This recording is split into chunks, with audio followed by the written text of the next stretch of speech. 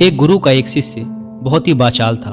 वह हर समय बोलता रहता, दिन भर इधर उधर की बातें करता, भिक्षाटन के लिए जाता तो हर घर से एक नई कहानी लेकर आता और आश्रम के दूसरे शिष्यों को सुनाता। एक शिष्य की दूसरे से बुराई करता, चुगली करता और दूसरों के सामने अच्छा बनने का प्रयास करता। खुद के मुंह से ही खुद की तारीफ करता रहता और हमेशा ही खुद को गुरु के सामने सबसे बुद्धिमान और उत्तम शिष्य साबित करने का प्रयास करता। वह खुद को सभी शिष्यों से अलग और श्रेष्ठ मानता था।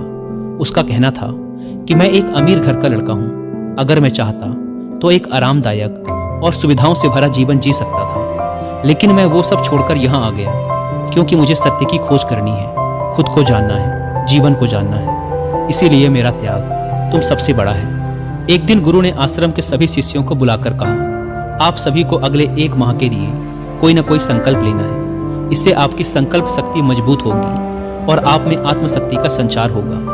आप सभी अपनी अपनी सामर्थ्य के अनुसार कोई सा भी संकल्प ले सकते हैं और 1 माह से पूर्व आप में से जिस चीज का भी संकल्प टूटता जाए वो अपनी पुरानी दिनचर्या में वापस आते जाए। सभी शिष्यों ने अपनी शक्ति के अनुसार छोटे बड़े संकल्प लिए और गुरु को अपने अपने संकल्प के बारे में बताकर वहां से चले गए। लेकिन वो बातूनी शिष्य खुद को सबसे अलग और बड़ा दिखाना चाहता था, इसीलिए वो सीधे गुरु की कुटिया में पहुंच गया और बोला, मैं कोई छोटा मोटा संकल्प नहीं लेना चाहता, बल्कि खुद की ही भांति एक बड़ा और महान संकल्प लेना चाहता हूँ। कृपया आप ही बताएं, क्या संकल्प लेना चाहिए मुझे? उस बातूनी शिष्य की यह बात सुनकर गुरु मुस्कुराए और बोले, क्या तुम मेरे द्वारा दिए गए संकल्प को पूरा कर पाओगे? क्या तुम्हारे लिए उसे पूरा करना संभव होगा?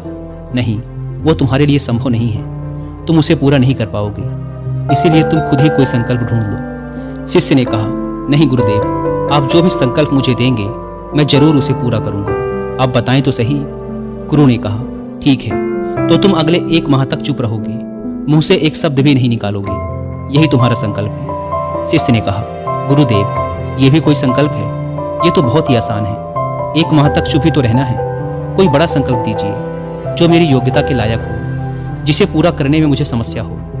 गुरु ने कहा, पहले तुम इस संकल्प को तो पूरा करके दिखाओ। शिष्य ने गुरु की बात मान ली।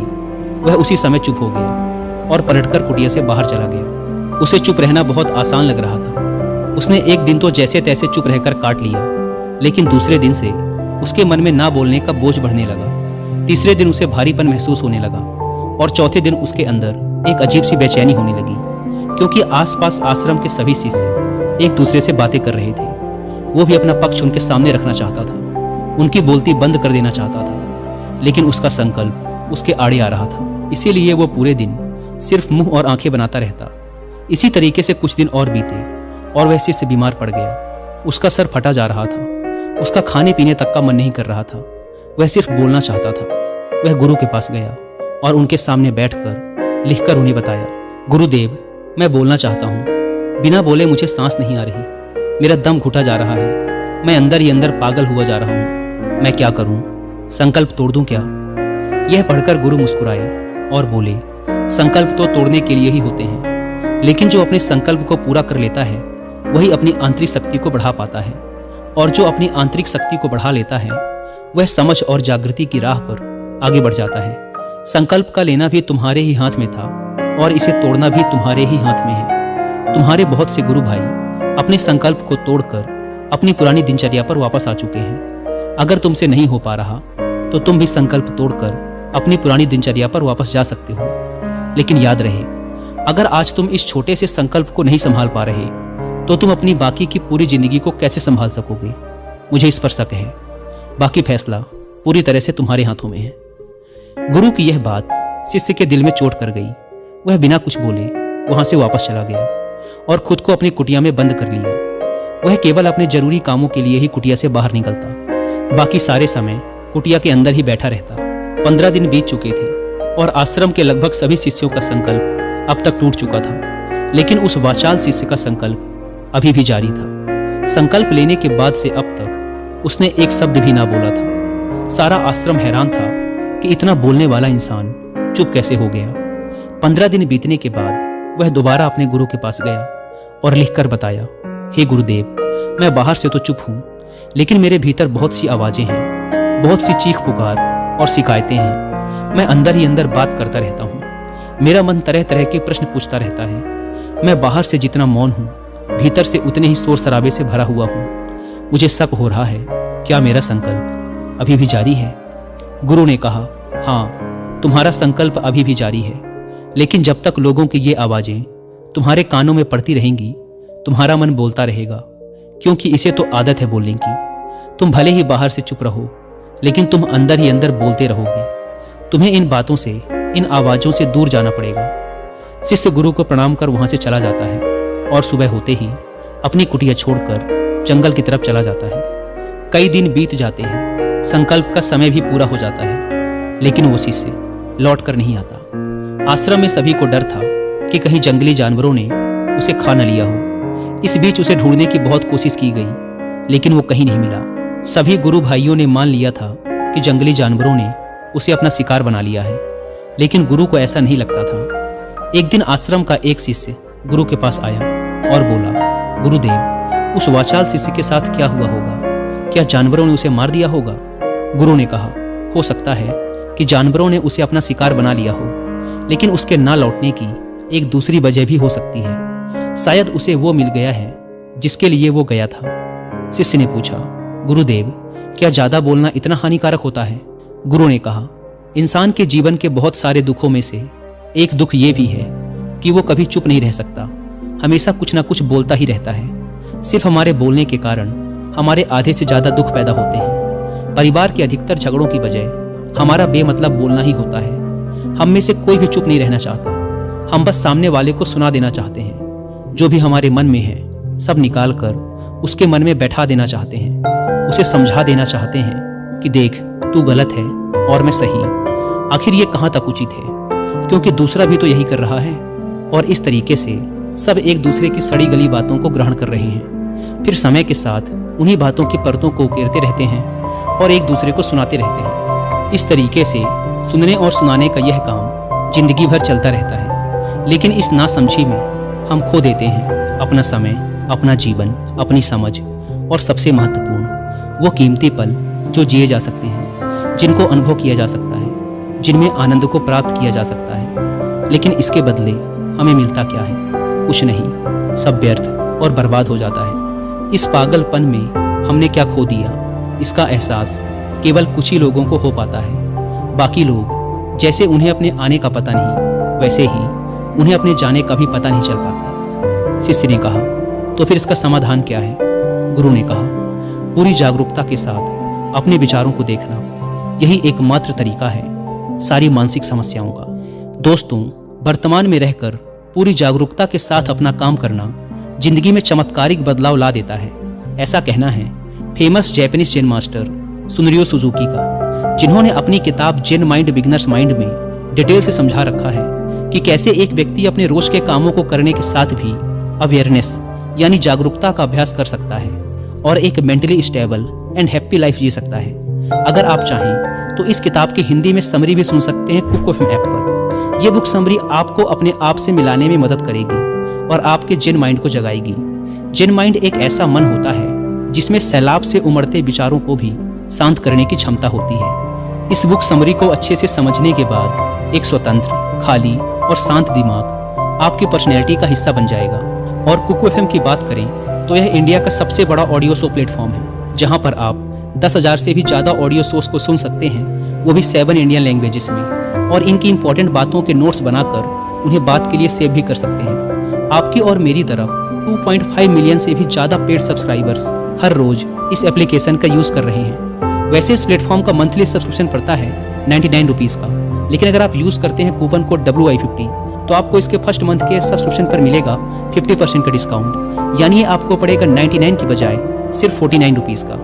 ऐप को डाउनलोड करने की link description and first comment पर मिल जाएगी। आइए कहानी पर वापस लौटते हैं। उस वाचाल शिष्य को आश्रम छोड़कर गए हुए 3 महीने का समय बीत चुका था, लेकिन उसकी कोई खबर ना थी। अब तक तो सभी गुरु भाइयों ने भी उसके वापस लौटने की उम्मीद छोड़ दी थी, लेकिन एक दिन वह आश्रम लौट आता है। उसे देखकर सभी के आश्चर्य और खुशी का ठिकाना ना रहा। लेकिन अब वो नहीं था जो यहाँ से गया था, वो कुछ और ही बनकर वापस आया था। उसके अंदर एक गजब का बदलाव महसूस किया जा सकता था। उसके चेहरे पर एक गजब का ठहराव और आंखों में बड़ी शांति थी। आश्रम में आते ही सभी गुरु भाइयों ने उसे चारों तरफ से घेर लिया और बातें करने लग गए। वह भी अपने गुरु भाइयों से बातें करने लगा। उससे बात करने वाले सभी शिष्यों ने यह अनुभव किया कि अब वह पहले जैसा उतावला और बातूनी नहीं रह गया था।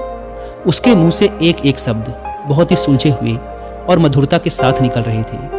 थोड़ी देर तक गुरु भाइयों से बात करने के बाद वह सीधा गुरु की तरफ चला गया। उसने गुरु के चरण छुए और कहा, गुरुदेव, क्या मैं अब भी मौन हूँ? क्या अब भी मेरा संकल्प जारी है? गुरु ने कुछ देर तक शिष्य की आंखों में बड़े ध्यान से देखा और कहा, हाँ, तुम अब भी मौन हो। तुम्हारे मुंह से एक भी शब्द निकल नहीं रहा और तुम्हारा संकल्प अभी भी जारी है। शिष्य ने कहा, गुरुदेव, जब मैं आश्रम से गया तो मैं मुंह से तो चुप था, लेकिन मेरे अंदर बहुत सी आवाजें थीं, मन में बहुत से प्रश्न थे और वो बंद नहीं हो रहे थे। तो मैं जंगल में और गहरा चला गया, इस उम्मीद से कि वहाँ मुझे शांति मिलेगी और मेरे मन की बकबक कम हो जाएगी। लेकिन मैं जितना एकांत में जाता गया, मेरे अंदर की आवाज़ उतनी ही तेज होती गई। मेरे भीतर की और पुरानी से पुरानी आवाज़ मुझे सुनाई देने लगी। तब जाकर मैंने महसूस किया कि मैं कितना गलत कर रहा था। जब मैं अपने परिवार वालों, दोस्तों और गुरु भाइयों को बुरा भला कहता था तो उस समय मुझे लगता था कि मैं सही कह रहा हूँ। जब मैं गुरु भाइयों की एक दूसरे से चुगली करता और उनका मजाक बनाता, तब भी मुझे यही लगता था कि मैं उनसे बेहतर हूँ और मैं सही कर रहा हूँ। लेकिन उस दिन मैंने पहली बार महसूस किया कि मैं कितना गलत बोलता था। काफ़ी दिनों तक ये आवाज़ें, ये शिकायतें मेरे अंदर चलती रहीं, लेकिन धीरे धीरे करके एक दिन ये सारी आवाज़ें मेरे अंदर से समाप्त हो गई। अब मैं भीतर से भी मौन हो गया। उस घने जंगल में बाहर से कोई बोलने वाला था नहीं और भीतर कोई आवाज़ शेष न बची थी। मैं उस दिन पहली बार मौन का सही अर्थ समझा। मेरे चारों तरफ बहुत शांति थी। हालांकि अभी भी कुछ आवाज़ें आ रही थी जो पहले भी आती थी, लेकिन मैं उन्हें सुन नहीं पाता था। पर अब वो सभी आवाज़ें मुझे स्पष्ट रूप से सुनाई दे रही थी। हवा के चलने की आवाज़, चिड़ियों के चहकने की आवाज़, पानी के बहने की आवाज़, भंवरों के गुनगुनाने की आवाज़, ये सभी आवाज़ें मैंने पहली बार पूरे होशपूर्वक सुनी। अपने चारों तरफ इतनी शांति मैंने पहले कभी महसूस नहीं की थी। तो इस शांति को भंग करने के लिए मैंने पहली बार अपने मुंह से कोई शब्द निकाला। मैं चिल्लाया, हे ईश्वर, ये कैसी शांति है? सभी कुछ इतना शांत क्यों है? ऐसा क्या हो गया? लेकिन मेरे चिल्लाने के बाद भी वो शांति भंग ना हुई। सब कुछ पहले के जितना ही शांत था, बाहर भी और भीतर भी। हे गुरुदेव, मैंने अपने गुरु भाइयों से बात की, मैंने आपसे बात की। मैं बोल रहा हूँ, मैं चल रहा हूँ, मैं सब कुछ देख रहा हूँ, लेकिन मैं अपने भीतर एकदम एकांत में हूँ, मौन में हूँ। भीड़ में होता हूँ तब भी भीतर से अकेला एकांत में होता हूँ। जब मैं खुद में भी शोर करना चाहता हूँ तब भी एकांत में ही होता हूँ। अब सब दिखाई पड़ने लगा है, सब सुनाई पड़ने लगा है। गुरु ने कहा, जब तक हम बाहर की तरफ बोलते रहेंगे, भीतर अशांति ही रहेगी। जिस दिन हम भीतर की तरफ मुड़ जाएंगे, फिर बाहर हमारे मुंह से कुछ भी निकले, हम शांत ही रहेंगे। दुनिया में जितनी भी बुराइयां हैं, ज़्यादातर हमारे बोलने से ही उत्पन्न होती हैं, क्योंकि हम चुप रहना नहीं चाहते। हम जितनी ज़रूरत है उससे कहीं ज़्यादा बोलते हैं। हम सामने वाले को सुनना नहीं चाहते, बल्कि उसकी बोलती बंद कर देना चाहते हैं। उसे समझा देना चाहते हैं कि मैं कौन हूँ, दिखा देना चाहते हैं उसे अपनी सारी सामर्थ्य। बस यही हमारी ज़िंदगी का मकसद बनकर रह जाता है। हमारी सारी ऊर्जा इस व्यर्थ के बोलने में बर्बाद होती रहती है। ऐसे पति पत्नी का जीवन दुखों से भर जाता है, जो हमेशा एक दूसरे को सुनाने में लगे रहते हैं। कभी एक दूसरे को सुनना नहीं चाहते, समझना नहीं चाहते, और चुप रहना तो उन्होंने कभी सीखा ही नहीं, क्योंकि चुप रहना उन्हें छोटा महसूस करवाता है। दुनिया की सभी लड़ाइयों का कारण हमारा बोलना ही है। इसलिए हमें सिर्फ उतना ही बोलना चाहिए जितना जरूरी हो, क्योंकि व्यर्थ का बोलना ऊर्जा को नष्ट करना है, और ये बोलना ही हमें कभी अपने भीतर की ओर लौटने नहीं देता, क्योंकि यह हमें बाहर की ओर खींच कर रखता है। और बाहर है ही क्या इस संसार के अलावा। लेकिन अगर अपने भीतर के संसार की ओर मुड़ना है तो इस मुंह को बंद ही रखना चाहिए। इसीलिए जितने भी बुद्ध हुए, आत्मज्ञानी हुए, वो सभी एकांत की ओर भागे, ताकि उन्हें ज़्यादा बोलना ना पड़े, ज़्यादा सुनना ना पड़े। वो एकांत में रहे और शांत रहे, इसीलिए आसानी से भीतर की यात्रा कर पाए। लेकिन अगर कोई चाहे तो इस संसार में रहकर भी एकांत में रह सकता है, शांत रह सकता है। लेकिन इसके लिए उन्हें अपनी ऊर्जा बचानी होगी, जिसे वो अब तक अपने व्यर्थ के शब्दों में बर्बाद कर रहे थे। दोस्तों, इस कहानी की सीख यही है कि व्यर्थ का बोलना ऊर्जा को नष्ट करना है, और यह बोलना ही हमें अपने भीतर की ओर लौटने नहीं देता, क्योंकि यह हमें बाहर की ओर झुकाए रखता है। और जिन्हें भीतर की यात्रा करनी है उन्हें अपने मुंह को बंद ही रखना चाहिए। मुझे उम्मीद है कि आपको यह कहानी पसंद आई होगी और काफ़ी कुछ सीखने को मिला होगा।